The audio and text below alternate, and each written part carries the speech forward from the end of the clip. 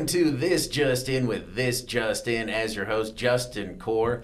This is a show where we take a deeper dive into the stories, issues most important to you with the people that should be most important to you. And today, a very special correspondent, the mayor of the fine city of Meridian, Robert Simison. Mayor, thank you for joining us for part 2 of our conversation and for wearing the exact same outfit as last week. I appreciate it. I'm nothing but efficient. That is awesome. Me too. Last episode, we talked about your journey from Pocatello to Walla Walla to DC to Meridian. I should say as well at the end of that episode, I referenced not only the wrong song from Journey, but totally the wrong band. It was a Fleetwood Mac song, so everybody out there who saw that, I did that on purpose. It was a test, and you passed. Today, we're talking about all about Meridian, the second biggest city in the state, one of the fastest growing in the nation, and we'll talk about that. Growth. I talk about that in a franchise that I do every week, Growing Idaho. It started when I moved to Meridian all the way back in 1990. It started before that. But how much does growth affect just everything you do and the challenges there for that city? Well, I think it impacts everything the community feels. Yeah. You know, I think that's the way I would phrase it. You know, Okay. the city is designed to help provide services as we grow. You know, growth is something that it's almost in some regards harder to do the work when you're stagnant, because the challenges don't get in front of you as much, and the innovation maybe doesn't happen as much when you don't have that constant need to look at things and say, how are we going to do this today in that context. But, you know, growth is, you know, part of the DNA of the community's experience long before I moved there, and probably before you even moved there. Yeah, 100%, absolutely. In that context. But, you know, it definitely impacts the services that we have, because some are really impacted by growth. You know, if you don't have enough of something and everyone wants to do it, you got to go create more of it. Right. You know, and if a lot of people, everyone's calling the police department at the same time, you need more. So we understand that growth does put challenges each year on the budget, and that's why, you know, we now have over 600 employees in the city in order to provide the services that when I started with the city back in the day, we had about 200. So, we've gone from 200 to over 600 employees in the time that I've been with the city since 2007. Mm-hmm. Well, let's talk a little bit more about the numbers. Again, not to make this all about me, but it is part of my thing. Moved there to Meridian in 1990, a town of 10,000. Now it's estimated to be about 145,000. It tripled in the first 10 years I was there, and then has since doubled or tripled again. Boy, how do you respond when people tell you, and you already said that growth sort of affects how people feel there in Meridian. How do you respond when they tell you, I miss the old Meridian of the 90s or earlier? Yeah, it's funny, because a lot of people that lived here way back when, they may have some nostalgia, but they also really like what we have today. I don't hear as much about I wish it was the way it was back in 1990 or before. Interesting. You know, because they had to travel a long ways to go to get groceries and food, you know, go out to eat. Yes. So a lot of people really enjoy the amenities that have come with growth and development, and the fact that our downtown, while yes, there has been some changes, it still has a certain feel to it that it's, you know, feels like that old Meridian from back in the day. So the people I think that have been here for decades. Yeah, they would love to do without the traffic, 100%.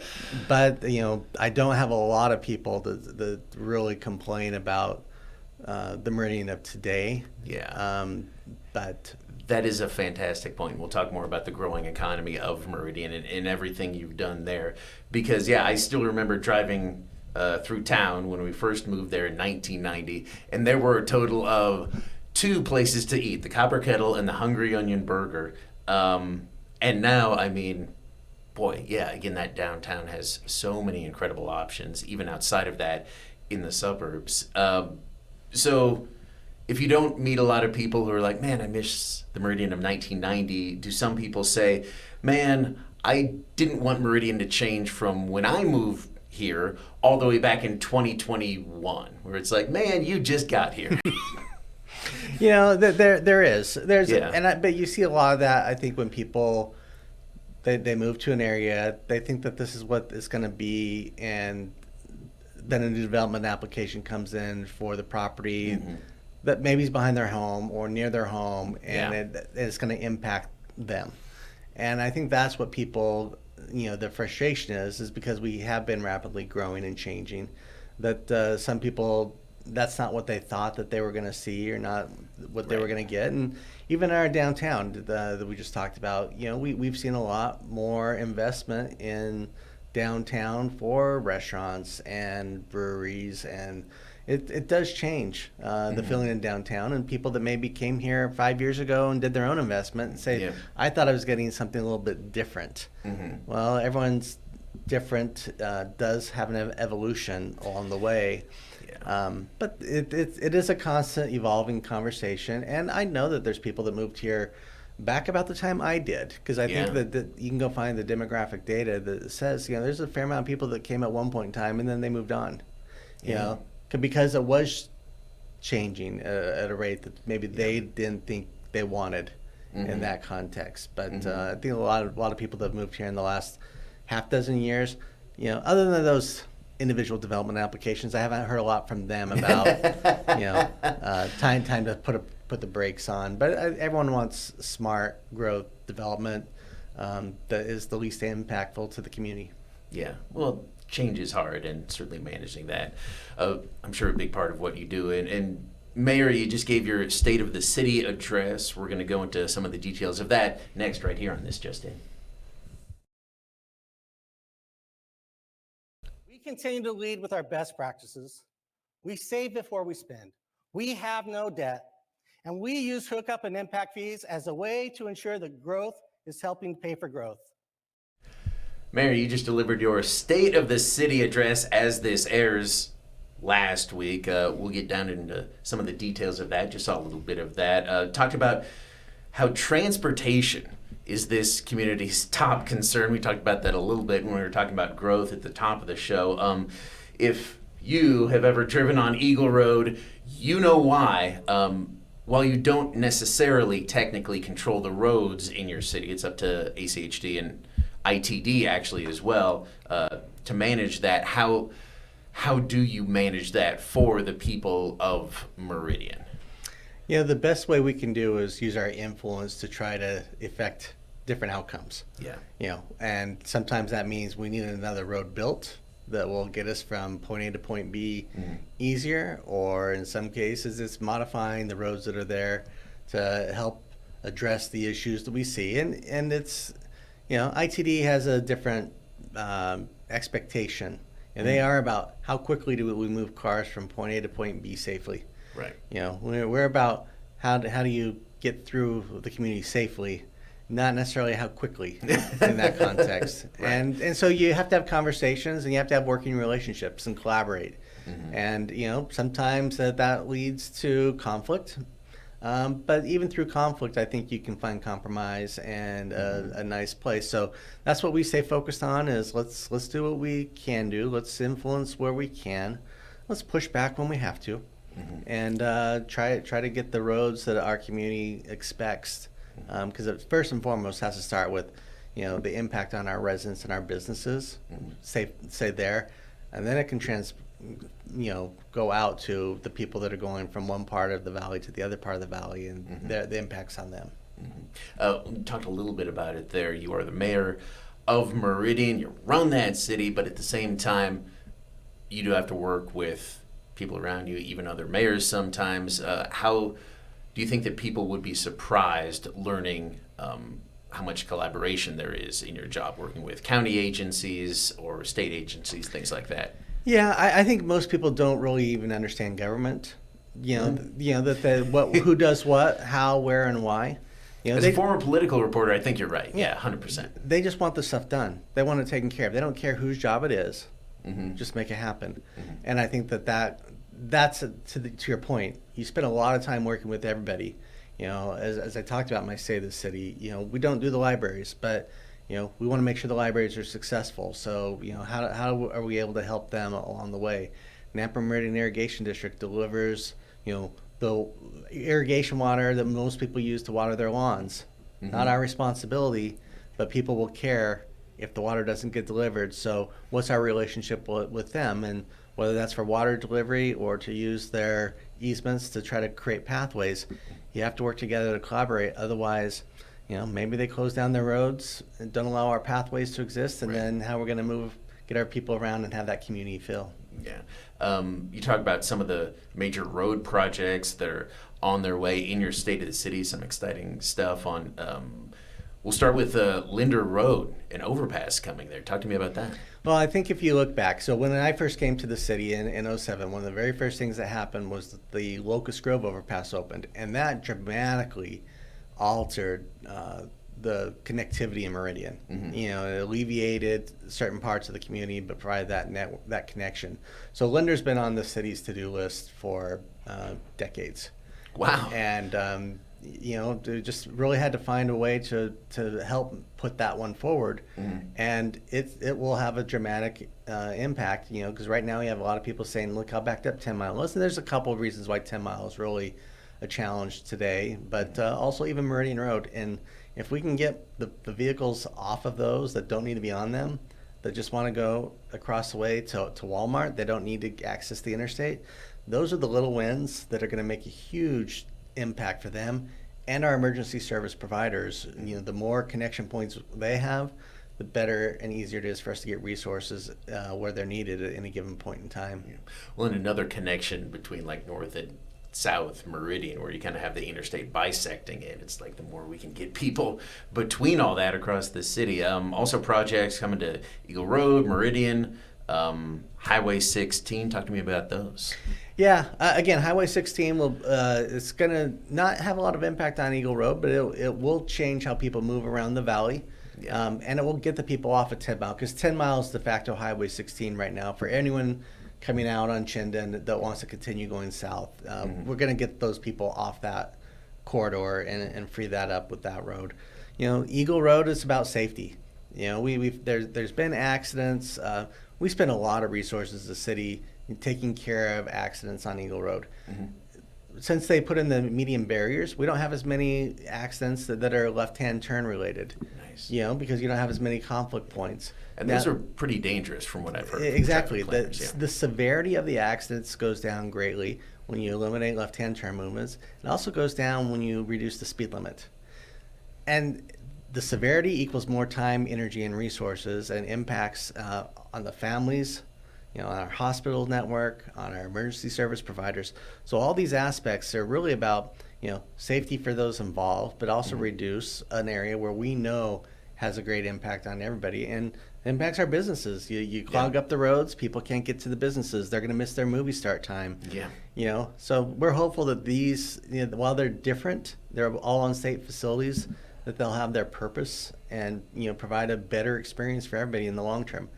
May take an extra minute or two to get down Eagle Road to where you want to go, but I'd rather take an extra minute and two each time than not be able to do it multiple times. Yeah, well, absolutely. And the speed limit posted is one thing, but like if traffic is backed up for 2 miles, it's like the speed limit's really not even a factor at that point. So yeah, that makes a ton of sense. And you talked about it there. For people who don't know, Eagle Road is actually a highway, so there's that collaboration in action there. Yeah, absolutely. So ITD will make the ultimate decision. ACHD is part of the conversation, and we're just trying to influence the best outcome.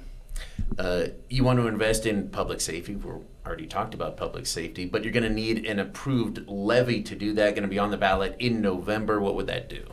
Well, the levy, if it makes it onto the ballot, City Council will have that conversation, and if they put it on the ballot, it's really going to try to give us the funding we think is necessary to bring up our police officers' pay, so it's equivalent to the Boise police officers. And there's some very interesting nuances there where Boise police, they don't pay into the Social Security system. Oh, really? Yeah, they were able to, when the Social Security was created, to opt out of that. So even though our salaries are equivalent, the Boise police officer gets an immediate 6.5% increase to their take-home pay because they're not having that removed from their salary. So there's those type of things that people have no idea about. Yeah. That will really, in theory, help us have an equivalent. So when people want to look at the Treasure Valley to be an officer, they can look at us just like they're looking at Boise and understand that financially it's going to be the same. So where do I want to work and why? To have that conversation. So the levy provides funding to help us raise those sworn officers' pay to be an equivalent with the city of Boise. Also, we accepted a grant from the federal government in 2020, earlier in 2023 is when we accepted it, that provides funding for 18 new firefighters. Now, what that really does is that allows us to have 4 firefighters on each engine. That's why we got the grant. And if we're able to get the funding for these, it becomes a $3.2 million cost in 2027 to the city of Meridian. And we have saved up some of the money to help bring that down, but the rest of the money would be necessary in order for us to make sure we can keep them. And when you look at the data on what happens when you either have 4 people on shift show up, they do this stuff 25% faster. Wow. That's one of the benefits of having the people. Or conversely, even if they're not 4 people on shift and you run another engine, your reliability increases and you can get people to where things go. We just had a presentation the day before the State of the City from our fire department on that topic alone. And to see the value of the additional firefighters to the community, no matter where they're deployed, is huge. And then finally, prosecution services. We've relied upon the city of Boise for years for those prosecution services, and they've been a great partner. But I think ultimately, as part of our growing needs as a city, having our prosecutors that are dedicated solely to Meridian and working with our police department, and making sure that the things that are important to us are part of what's important to be prosecuted is in the future. When other people make those final decisions, you never know, and I think it's part of what's important for our community's future. Yeah, you are the second biggest city in the state now. So, yeah, probably makes sense to have your own prosecutors.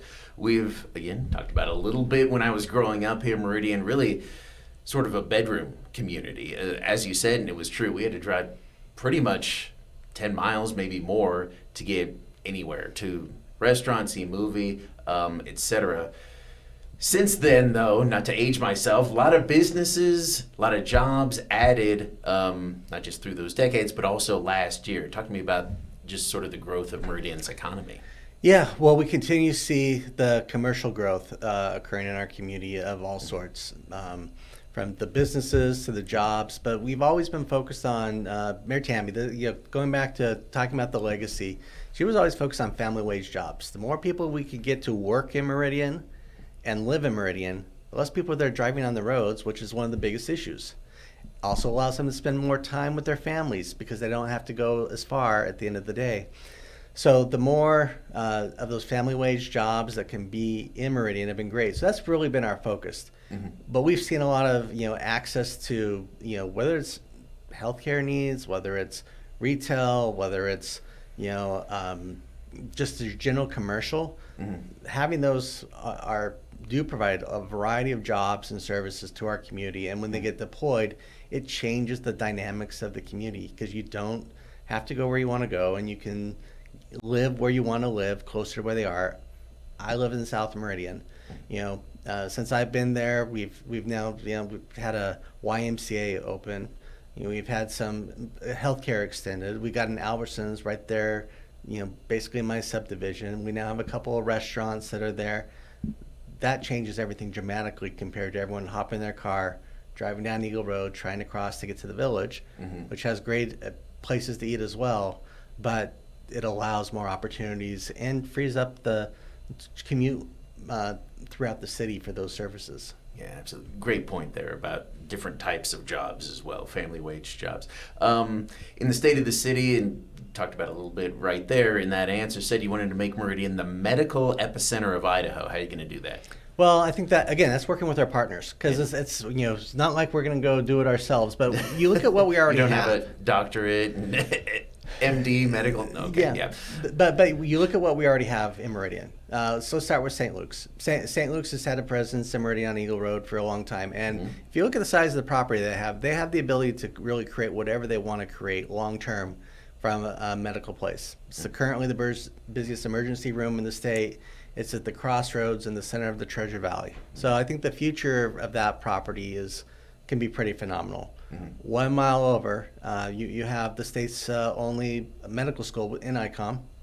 And you also have ISU that has a current campus and plans to expand a campus. Nice. Where they are, basically it's the ISU is their advanced degrees. It's the graduate programs and healthcare that is running out of that facility and will continue to grow. So we already have the key components in mind, where you've got that. Plus we've got a lot of our industry partners that are located around the hospital. So we have all the key components for creating synergies here in Meridian about what is the future look like. And if the state does move forward with the purchase of ICOM as been offered by the current owners of ICOM, the relationship with ISU will only grow stronger, irregardless of who owns it, if it's ISU or if it's the state.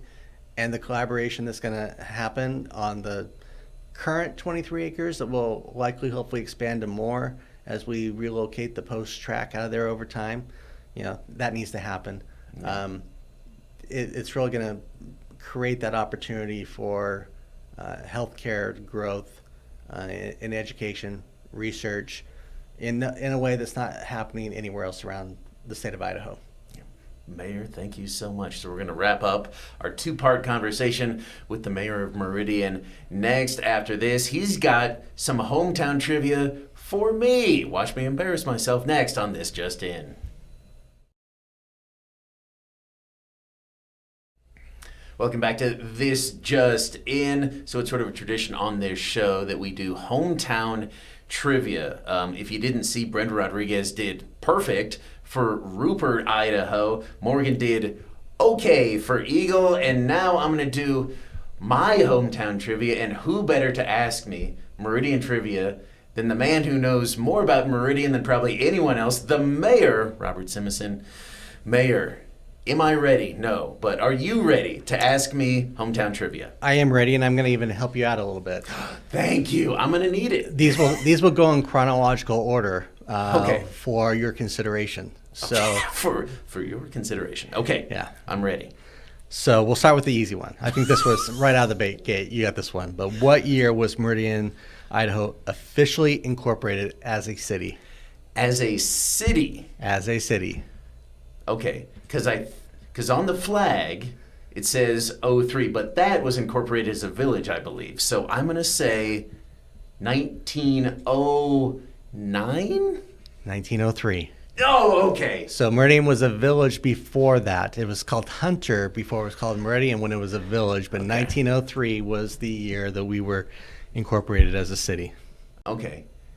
You had it. You overthought. Darn you, Wikipedia. I'm going to give myself half credit. I'll be generous with myself. Not after a great start, am I? All right, go for it. What year did the creamery open? Oh, jeez. Okay, it's in chronological order. Man, I crammed right before this. I had no idea. I'm going to say, boy, it's not young. 21? Close. 1929. 20. Oh, jeez, rough. Okay. And I This guess I is gonna could. go bad. I guess I had choices here. I could have given you choices, but that's okay. No. Let me embarrass myself. Yes. All right. I did it to many others. This one I don't. We'll give you this one if you can get within 500. Okay. Okay. What was the population of Meridian in the 1950 census? 1950. Okay. I'm going to try to dial back. So it was about 10,000 in 1990 when I was here. I'm going to say 2,500. 1810. So close. 700 off. So close. Okay. All right. All right. This one's in your. This one you got. This one. This. Going great. Okay. Thank you. Who was the first woman to serve in the United States Congress from Idaho? And she wasn't born in Meridian, but she was living in Meridian when she was elected. And she was known as the Hell's Bell of Congress. Was that Helen Chenoweth? No. I thought with the Hell's Bell. Of course, that wasn't it. All right. Is Gracie Post. PFOST for those playing at home, who was there from 53 to 63. I remember reading that in my cramming. Don't cram, kids. You're gonna fail. Okay. And the please. final question, and you got this. This one I know you have. Okay. Who was Meridian's first full-time mayor? First full-time mayor. Maybe I can Who was Meridian's first full-time female mayor? Who served for 4 terms? Who was Mayor Tammy DeVere? There you go. Oh, jeez. I appreciate the hint and help on that. Mayor, ooh, thank you for putting me in my place. Now I know how hard I'm being on all of my guests when I do this. Wow. Mayor, thank you so much for your time for these 2 episodes. It's been a pleasure, Justin. Really appreciate it. If you got comments or questions, or you just want to razz me about my non-knowledge of my hometown, 208-321-5614, #JustIN. Again, give it up to Mayor Robert Simison. Really appreciate it. We'll see you next time on this Just In.